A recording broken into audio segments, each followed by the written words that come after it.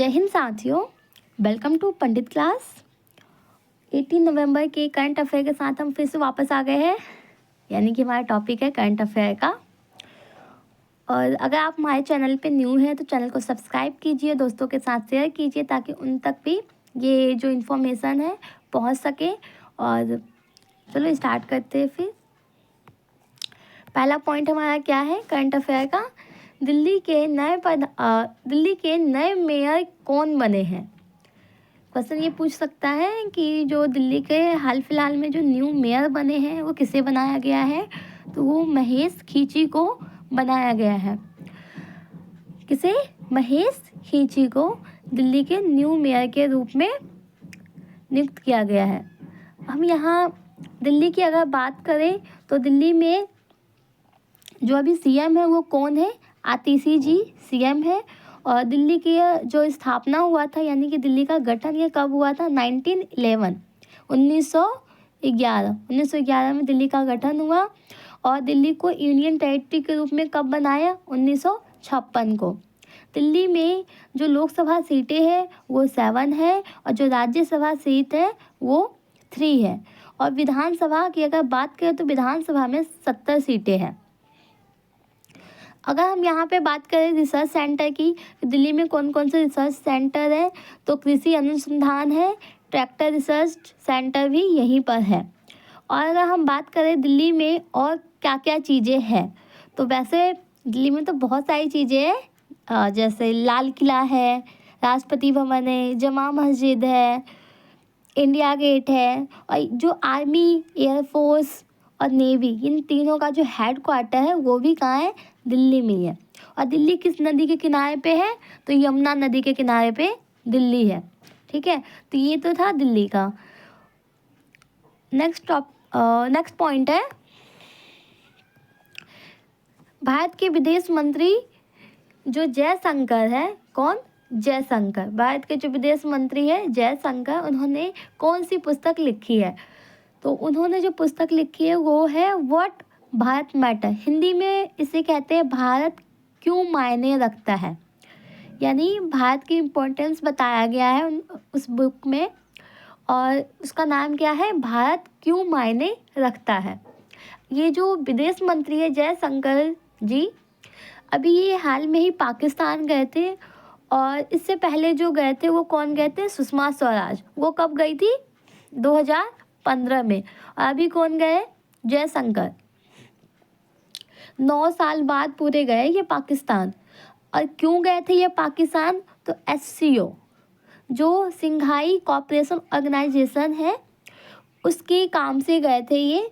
और अगर हम बात करें कि SCO की स्थापना कब हुई थी, तो 2001 में SCO की स्थापना हुई थी। और अगर इसके हेडक्वार्टर की बात करें तो जो हेडक्वार्टर वो कहाँ है? बीजिंग। और ये बीजिंग कहाँ है? चाइना में। बीजिंग इसका हेडक्वार्टर है और ये कहाँ है? चाइना में। और पाकिस्तान के PM की बात करें तो वो कौन है? शहबाज शरीफ पाकिस्तान के PM हैं।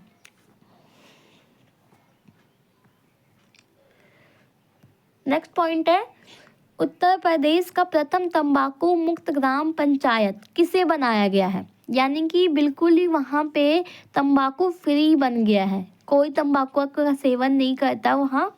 ऐसा कौन सा ग्राम पंचायत है? तो वो है नगली किठौर दोस्तों, ऐसा बन गया है क्षेत्र, वहाँ पे बिल्कुल ही मतलब बैन कर दिया गया है तंबाकू को। ये अच्छा भी है, सही किया है बिल्कुल। तो ऐसा हर जगह हो जाए तब तो और भी बढ़िया है।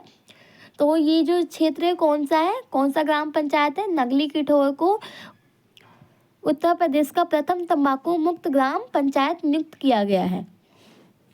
अगर हम बात करें उत्तर प्रदेश की, तो उत्तर प्रदेश की स्थापना कब हुई, यानी कि जो उत्तर प्रदेश का गठन है कब हुआ? 24 जनवरी 1950 को। और यहाँ के CM कौन है? योगी आदित्यनाथ। आप लोग तो भली भांति उन्हें जानते ही होंगे। और यहाँ ज़िले कितने हैं? तो 75 जिला है। लोकसभा सीट की बात करें तो यहाँ पे 80 सीट है लोकसभा की और राज्यसभा की 31। विधानसभा की सीट अगर देखें तो 403 सीट है और उत्तर प्रदेश में विधान परिषद भी है, तो विधान परिषद की सीटें कितनी है? 100 सीट है। उत्तर प्रदेश की डांस की अगर हम बात करें कि यहाँ पे कौन कौन से फेमस डांस है, और ये पेपर में आता है, पूछा जाता है कि ये डांस कहाँ का है, तो जैसे कथक है, नौटंकी है, काफ़ी फेमस है नौटंकी, उत्तर प्रदेश का जो डांस है ये। रासलीला, ये कहाँ का है? ये तीनों जो है उत्तर प्रदेश के काफ़ी ज़्यादा फेमस डांस है। और पूरे भारत का पहला AICT किसे घोषित किया है? लखनऊ को, और वो लखनऊ भी कहाँ है? उत्तर प्रदेश में ही। सोलर सिटी किसे घोषित किया गया है? अयोध्या को। अयोध्या कहाँ है? उत्तर प्रदेश में ही।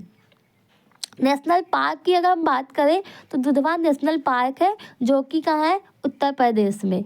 और जनसंख्या पर अगर हम बात करें तो जनसंख्या में तो उत्तर प्रदेश नंबर 1 पे है। तो ये था उत्तर प्रदेश के बारे में।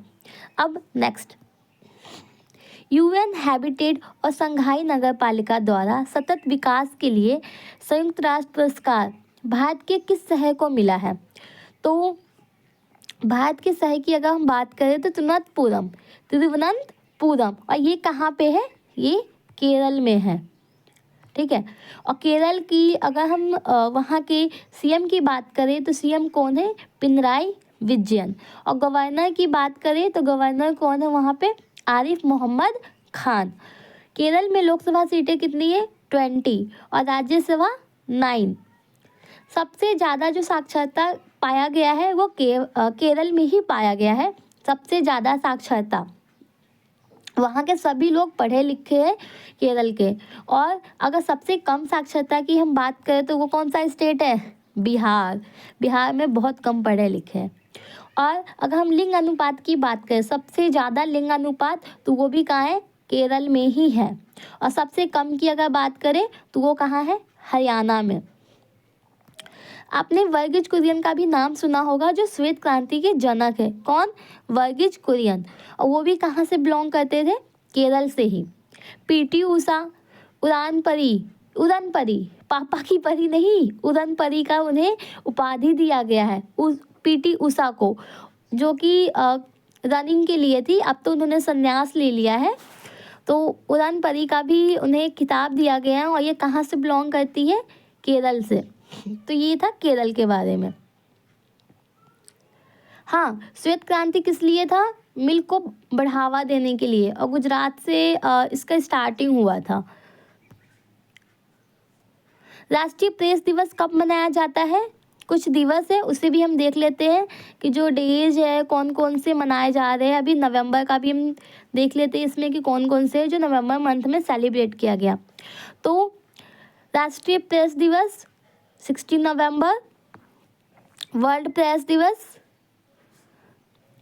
वर्ल्ड प्रेस डे, या फिर कह सकते हो विश्व प्रेस दिवस 3 मई को सेलिब्रेट किया गया। डाक दिवस, विश्व डाक दिवस 9 अक्टूबर, विश्व सुनामी दिवस 5 नवंबर, विश्व विज्ञान दिवस 10 नवंबर। राष्ट्रीय शिक्षा दिवस कब सेलिब्रेट किया गया? 11 नवंबर। यहाँ शिक्षा दिवस नहीं है, राष्ट्रीय शिक्षा दिवस है, तो ये 11 नवंबर को सेलिब्रेट किया गया। बाल दिवस 14 नवंबर को, और विश्व मधुमेह दिवस यानी कि वर्ल्ड डायबिटीज़ डे 14 नवंबर को ये भी सेलिब्रेट किया गया। वर्ल्ड प्रेस इंडेक्स की अगर हम बात करें कि वर्ल्ड प्रेस इंडेक्स में इंडिया की रैंक क्या है, तो 159 रैंक है, जो कि सही नहीं है। और फर्स्ट रैंक पे कौन है? तो नॉर्वे। फर्स्ट रैंक पे कौन है? नॉर्वे। विश्व शौचालय दिवस कब मनाया जाता है? तो 19 नवंबर को विश्व शौचालय दिवस मनाया जाता है। संविधान दिवस 26 नवंबर को, और जनजातीय गौरव दिवस 15 नवंबर। संविधान दिवस की अगर हम बात करें तो देखो 26 जनवरी को रिपब्लिक डे मनाया जाता है, ठीक है, और 26 नवंबर को कॉन्स्टिट्यूशन डे। अब 26 नवंबर को कॉन्स्टिट्यूशन डे क्यों मनाया जाता है? क्योंकि इस दिन हमारा संविधान बनके तैयार हो गया था, लेकिन लागू कब हुआ था? 26 जनवरी को। तो 26 नवंबर को जब हमारा बनके तैयार हो गया, इसलिए इसको संविधान दिवस के नाम से जाना जाता है। नेक्स्ट है और 30वें लीड्स इंटरनेशनल फिल्म फेस्टिवल का अवार्ड किसे दिया गया है? इसमें जो सबसे सर्वश्रेष्ठ फिल्म पुरस्कार है वो किसे दिया गया है? तो ये दिया गया है द फेबल को।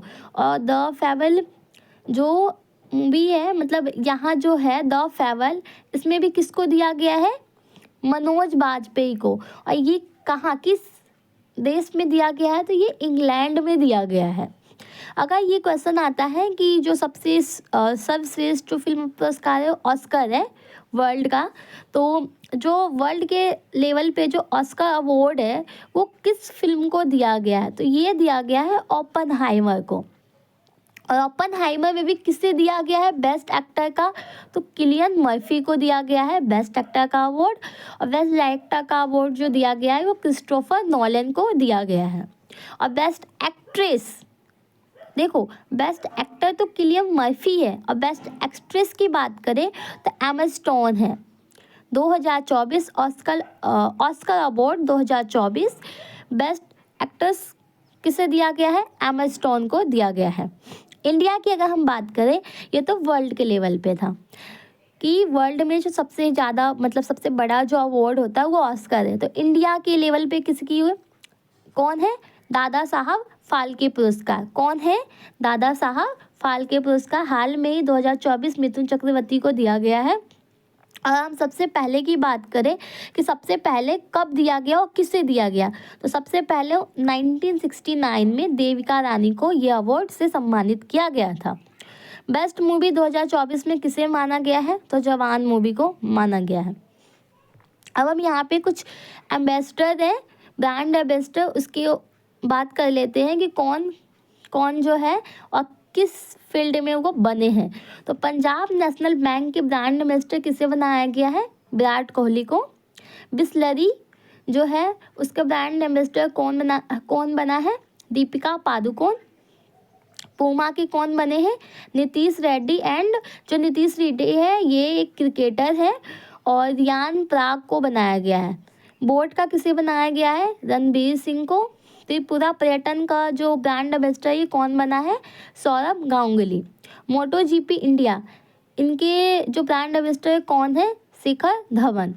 तंबाकू नियंत्रण अभियान, इसकी ब्रांड एम्बेसडर किसे नियुक्त किया गया है? पीवी सिंधु को। नेक्स्ट है बिरसा मुंडा की 20 फीट ऊंचाई प्रतिमा, ये कहाँ पे लगाई गई है? तो ये दिल्ली में लगाई गई है। और बिरसा मुंडा की जो ये प्रतिमा बनी थी, इसकी स्थापना, मतलब स्थापित इसको किसने किया गया? तो ये भारत के जो गृह मंत्री है अमित शाह, उनके द्वारा इसकी स्थापना की गई है। और इनकी याद में, इन बिरसा मुंडा की याद में जो नरेंद्र मोदी जी है उन्होंने 150 रुपये का सिक्का भी चलाया। दुनिया की सबसे ऊंची प्रतिमा की अगर हम बात करें तो वो स्टैचू ऑफ यूनिटी है, जिसकी हाइट 182 मीटर है। और ये किसकी है? ये जो प्रतिमा है किसकी है? ये सरदार वल्लभ भाई पटेल जी की है। ठीक है, ये सरदार वल्लभ भाई पटेल जी की प्रतिमा है, और ये गुजरात के नर्मदा जिले में स्थित है। अगर हम बात करें स्टैचू ऑफ नॉलेज की, तो स्टैचू ऑफ नॉलेज में किसकी प्रतिमा बनाई गई है? तो BR अम्बेडकर की। और ये कहाँ पे है? ये महाराष्ट्र में है, यानी महाराष्ट्र।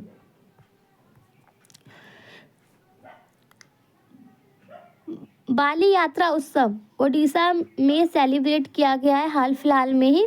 और अगर हम बात करें कि ओडिशा जो स्टेट है इसकी स्थापना कब हुई, तो 1 अप्रैल 1936 में इसकी स्थापना की गई। और अभी वर्तमान में इसके CM कौन है? मोहन चरण मांझी यहाँ के CM है। गवर्नर की अगर हम बात करें तो यहाँ के जो गवर्नर है रघुवर दास है।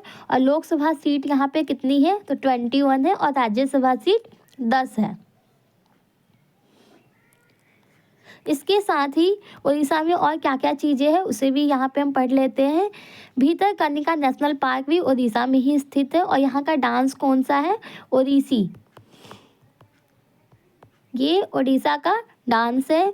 और राइस ATM भी भुवनेश्वर में ही स्थापित किया गया है। प्रवासी भारतीय दिवस जो आयोजन किया जाएगा 2025 में, वो कहाँ किया जाएगा? उड़ीसा के ही भुवनेश्वर शहर में किया जाएगा। भारत का लंबा बांध है, कौन सा है? हीराकुंड है। और हीराकुंड भी कहाँ स्थित है? जो महानदी है, महानदी पे स्थित है। और ये महानदी कहाँ है? ये भी उड़ीसा में ही है। हम बात करें कि भारत में सबसे बड़ी खारे पानी की झील कौन सी है, तो वो है चिल्का झील। और ये कहाँ पे स्थित है? ये भी उड़ीसा में ही स्थित है। और अगर मीठे पानी की झील की हम बात करें कि मीठा पानी का जो झील है वो कहाँ पे है, तो वो है जम्मू कश्मीर में, और उसका जो नाम है वो है वुलर झील। ये मीठे पानी की झील है। तो ये थे आज का हमारा पूरा टॉपिक, जो भी थे मैंने यहाँ पे कवर कर दिए। ये सारे एग्ज़ाम्स के लिए बहुत ज़्यादा इम्पोर्टेंट है और यहाँ से क्वेश्चंस आते ही है। सारे मैंने इम्पोर्टेंट्स बताए हैं आपको। अगर आपको मेरी वीडियो अच्छी लगी हो तो आप लाइक कीजिए और अपने दोस्तों के साथ भी शेयर कीजिए, ताकि उन तक ही ये सारी जानकारी पहुँच सके। ये सारे पॉइंट जो थे एग्ज़ाम के पॉइंट ऑफ व्यू से काफ़ी ज़्यादा इम्पोर्टेंट थे। Thank you. मिलते हैं नेक्स्ट वीडियो में नेक्स्ट टॉपिक के साथ। Thank you for watching.